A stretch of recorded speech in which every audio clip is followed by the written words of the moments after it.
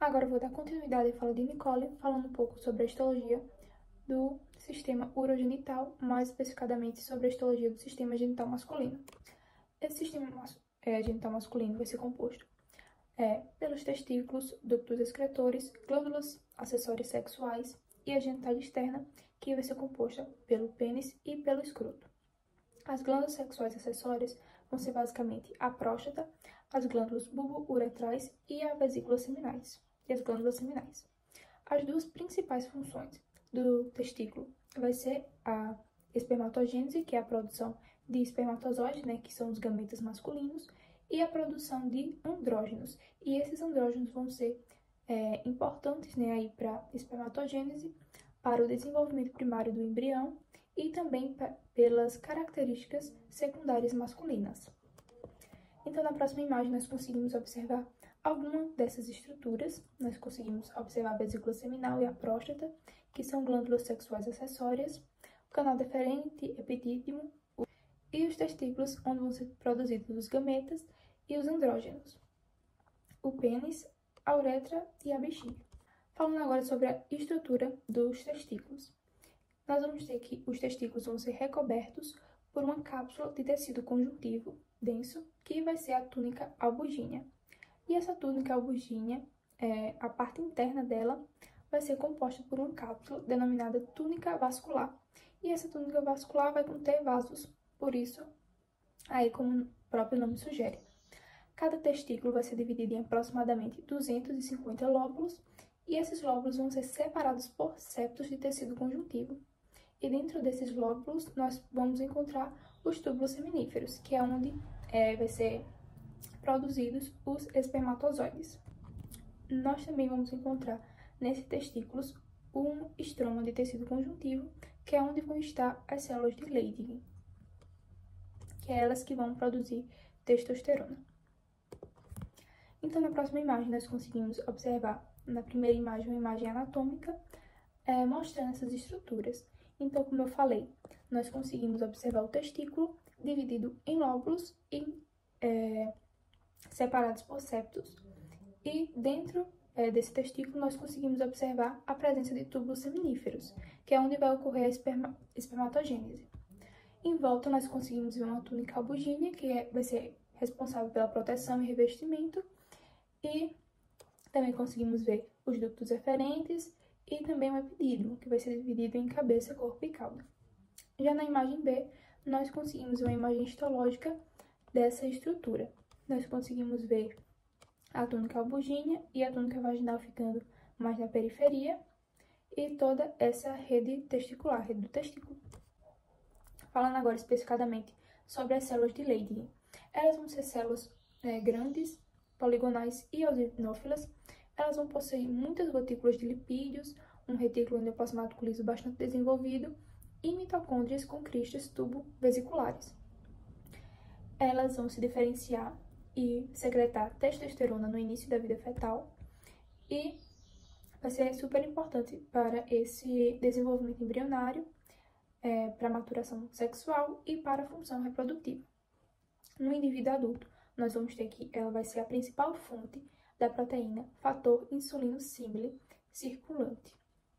Além disso, ela vai produzir ocitocina, e essa ocitocina testicular vai ser responsável pela contração das células mioides, que vai ser muito necessário para enviar os espermatozoides para os ductos eferentes. Então, na próxima imagem, nós conseguimos observar onde estariam situadas essas células de Leydig no testículo, que seria basicamente em volta dos túbulos seminíferos, compondo aí o estroma do testículo, ou seja, fazendo parte do tecido conjuntivo. Nós, nessa imagem, conseguimos observar também os capilares, que é uma característica comum desse tecido. Falando agora especificadamente sobre os túbulos seminíferos. Então, esses túbulos seminíferos, como eu já falei, vai ser o local onde vão ser produzidos espermatozoides, e eles vão ter dois tipos de célula, dois grupos celulares, basicamente, que são as células de Sertoli, ou de sustentação, que vai ficar ali próximo à lâmina basal, e nós vamos ter as células espermatogênicas. E essas células espermatogênicas, elas não vão estar organizadas de forma aleatória nessa estrutura. Então, próximo à lâmina basal, nós vamos ter células mais imaturas. Então, nós vamos encontrar as espermatogônias, do tipo A pálida, do tipo B, do tipo A escura. E à medida que vai subindo, essas células vão amadurecendo. Então, aderidas mais à lâmina basal, nós teríamos essas células mais imaturas, e mais acima, nós teríamos células mais maduras, como é o caso das espermátides. Então, nessa primeira imagem, nós observamos um testículo, e dentro desse testículo nós temos os túbulos seminíferos, e com o aumento nós conseguimos ver com maior detalhe esse epitélio, que vai ser um epitélio estratificado, e apresenta, em sua volta as células de Leydig, e dentro do túbulo seminífero de fato estariam as células de Sertoli e as células espermatogênicas. Quanto à função, nós vamos ter que as células de Sertoli vão desempenhar uma função secretora, tanto endócrina quanto exócrina. Então, elas vão secretar um líquido que vai facilitar a passagem dos espermatozoides dos túbulos seminíferos para os ductos intratesticulares. Elas vão produzir fatores que vão ajudar na maturação dos espermatozoides, e também esse grupo celular vai secretar uma proteína de ligação de andrógenos, que é a ABP. Ela basicamente vai concentrar a testosterona no compartimento luminal do túbulo seminífero. Isso vai ser importante também para a maturação dos espermatozoides. Essa função secretora das células de Sertoli vai ser controlada pela FSH e pela testosterona.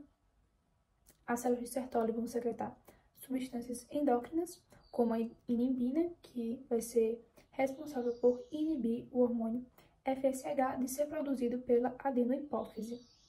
Vão sintetizar o ativador do plasminogênio, vão sintetizar a transferrina, que vai ser uma proteína que vai transportar o ferro, e a célula plasmina, que vai ser uma proteína que vai transportar o cobre.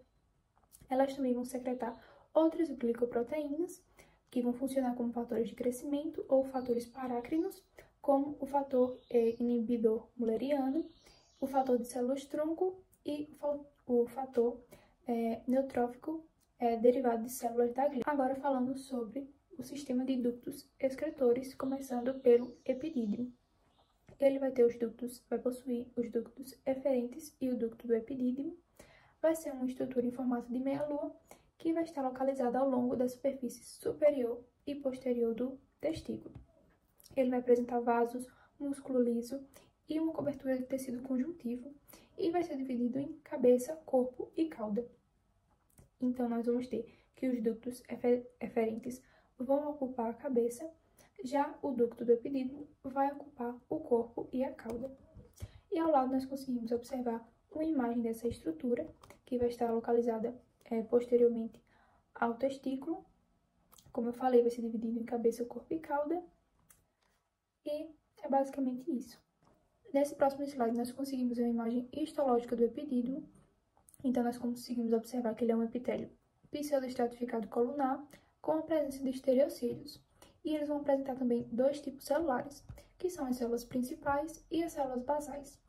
Essas células principais vão apresentar estereocílios, como eu já falei, e vão secretar, por exemplo, glicoproteínas e ácido siálico, que vai ser importante para a maturação dos espermatozoides.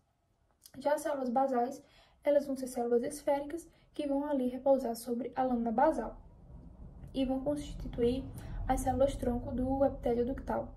Nós também conseguimos observar a presença de um músculo liso, que ele vai basicamente aumentar gradualmente em espessura, porque vão sendo adicionados a ele camadas longitudinais internas e externas. Então, nós vamos ter que mais na cabeça vai ser uma camada de músculo liso mais fina, e na cauda vai ser uma camada de músculo liso mais espessa. E essas diferenças se devem justamente à função que esse músculo vai desempenhar. Então, nós vamos ter que na cabeça e no corpo do epidídimo, as contrações peristálticas vão servir para movimentar os espermatozoides ao longo do ducto, e na cauda também vai ter essas contrações, que vai ser o principal reservatório para os espermatozoides maduros. Além disso, nós conseguimos observar a presença de tecido conjuntivo denso. Agora eu vou falar sobre o ducto deferente. Então, o ducto deferente ele vai constituir a parte mais longa do sistema de ductos excretores, sendo uma continuação direta da cauda do epidídimo. Ele vai ser revestido por um epitélio pseudoestratificado colunar em um tecido conjuntivo. Então, ele vai apresentar células colulares altas contendo estereocílios, que vão se estender para dentro do lúmen. Já as células basais, elas vão ser arredondadas e vão repousar sobre a lâmina basal. A característica importante do ducto deferente é a presença de músculo. Então, nós vamos ter 3 camadas de músculo. Então, nessa imagem, nós conseguimos ver essas 3 bem certinho. Primeiro, nós vamos observar uma camada de músculo liso longitudinal interna, uma camada de músculo circular média e uma camada de músculo liso longitudinal externa. Na ampliação, também nós conseguimos ver essas células colunares com estereocílios. Na próxima imagem, nós conseguimos ver a parte mucosa do ducto deferente, que seria composto pelo epitélio pseudoestratificado cilíndrico, com estereocílios, como eu já falei, e pelo tecido conjuntivo. E à sua volta dessa parte mucosa estaria essa parte muscular. Nessa segunda imagem, ao lado, na minha direita, nós conseguimos ver como esse ducto deferente se conectaria com o epidídimo e com o testículo. Agora eu vou falar sobre as glândulas acessórias desse sistema, que são basicamente as vesículas seminais, a próstata e as glândulas bulbouretrais, que vão ser produtoras de secreção essenciais para a produção do sêmen e vão estar relacionadas à função reprodutiva do homem. Primeiro, vamos destacar algumas coisas sobre as glândulas seminais. Então, elas são glândulas tubulares muito traqueadas, alongadas e pareadas localizadas na parede posterior da bexiga, paralelamente à ampola do ducto deferente. Então, nós vamos ter que um ducto excretor curto dessa glândula seminal vai se combinar com a ampola do ducto deferente, e assim vai ser formado o ducto ejaculatório. A parede dessas glândulas vão conter uma mucosa, uma fina camada de músculo liso e também um revestimento fibroso. Essa parte mucosa vai apresentar inúmeras pregas primárias, secundárias e terciárias que vão aumentar a superfície excretora. O epitélio ele vai ser pseudoestratificado colunar com células colunares altas, que não vão ser ciliadas e também vão apresentar pequenas células esféricas que vão repousar sobre a lâmina basal. Ou seja, essas células que vão repousar sobre a lâmina basal vão ser células-tronco, que vai dar origem, né, às células colunares. Então, nós vamos ter que, como função dessas glândulas seminais, elas vão produzir um material viscoso esbranquiçado que vai conter frutose e outros açúcares, como aminoácidos e prostaglandinas. A contração do revestimento do músculo liso vai ser essencial, porque ele vai descarregar sua secreção nos ductos ejaculatórios e vai ajudar a eliminar os espermatozoides da uretra. E essa função secretora vai estar sob o controle do hormônio da testosterona. E na próxima imagem histológica, nós vamos conseguir observar que essa estrutura é uma estrutura tubular e a parte mucosa vai ser constituída principalmente por pregas, onde nós conseguimos observá-las através das setas. E essa parte mucosa vai repousar sobre uma camada de músculo liso. Agora eu vou falar sobre a próstata, que é mais uma glândula sexual acessória. Nesse caso, ela vai ser a maior desse sistema e vai ser dividida em zonas morfológicas e funcionais. A sua principal função vai secretar um líquido claro e alcalino, que vai contribuir para a formação do líquido seminal, né, do sêmen. A próstata vai envolver a uretra, que vai ficar logo abaixo da bexiga urinária e em frente ao reto. Ela vai ser revestida por uma cápsula de tecido fibra muscular, ou seja, vai ser composta por tecido conjuntivo e uma camada de músculo liso. Essa cápsula vai penetrar no interior do órgão e vai formar o estroma e os septos. E, basicamente, a função desse músculo liso é promover a contração, que vai ser realizada para a secreção das glândulas prostáticas. A próstata também vai ter muitas glândulas, de 30 a 50, que vão liberar o produto de secreção na luz da uretra. Nós vamos ter que, de acordo com a localização dessas glândulas, a próstata vai ser dividida em 3 zonas ou 3 regiões. Nós vamos ter a zona mucosa, submucosa e a periférica. A mucosa vai ser a parte mais interna, a submucosa estaria ali na parte de transição e a periférica seria a parte mais distante, estaria na parte mais distante da uretra. Dessa forma, nós percebemos que a próstata vai produzir, a partir do estímulo da testosterona, uma secreção alcalina. E essa secreção alcalina vai liquefazer o sêmen, que é basicamente para ele se fixar mais lá no sistema genital feminino. E por ser alcalina, ela também vai servir para neutralizar o pH da vagina, que é ácido. A próstata vai produzir várias substâncias, como fosfatase ácida prostática, fibrolisina, ácido cítrico e antígeno prostático específico. Então, na imagem histológica, nós conseguimos observar a presença de glândulas tubo-alveolares e a presença do tecido fibromuscular.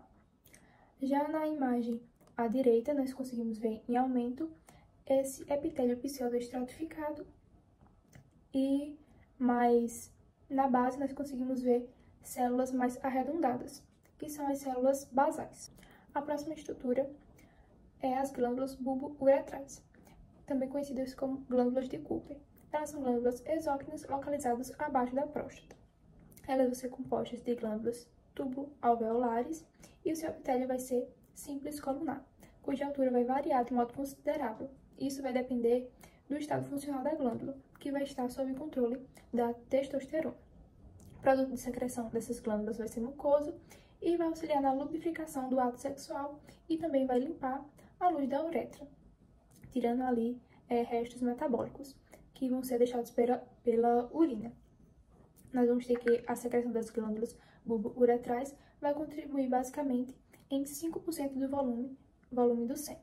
Então, aqui ao lado nós conseguimos ver uma imagem histológica dessas glândulas bulbo-uretrais e selecionados em D, nós conseguimos ver esses ductos, que vão estar revestidos por um epitélio simples colunar.